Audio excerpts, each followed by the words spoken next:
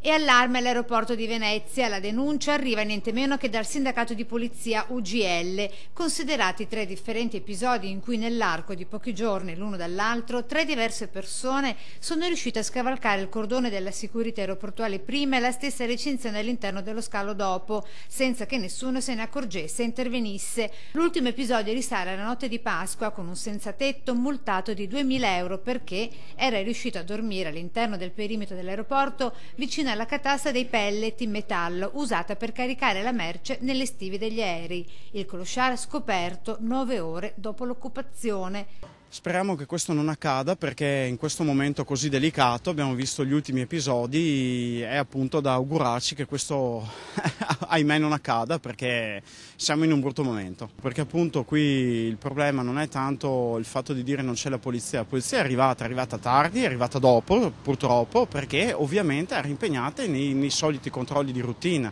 che noi diciamo soliti ma sono importantissimi per la sicurezza di tutti quanti, solamente che è arrivata tardi. Al Marco Polo gli agenti in servizio sono complessivamente 150 con 19 e 20 agenti per turni di lavoro, troppo pochi per gestire un flusso di passeggeri in transito quasi raddoppiato da giugno scorso, denuncia sempre il sindacato di polizia. È il problema che sta vivendo l'aeroporto di Venezia, cioè che il numero di forze dell'ordine rispetto a quello di passeggeri è metà rispetto a quello degli altri aeroporti più importanti come Roma e Milano. Di conseguenza, di fronte a un aumento esponenziale di questo numero di passeggeri, ormai non ce la facciamo più e questi sono i risultati.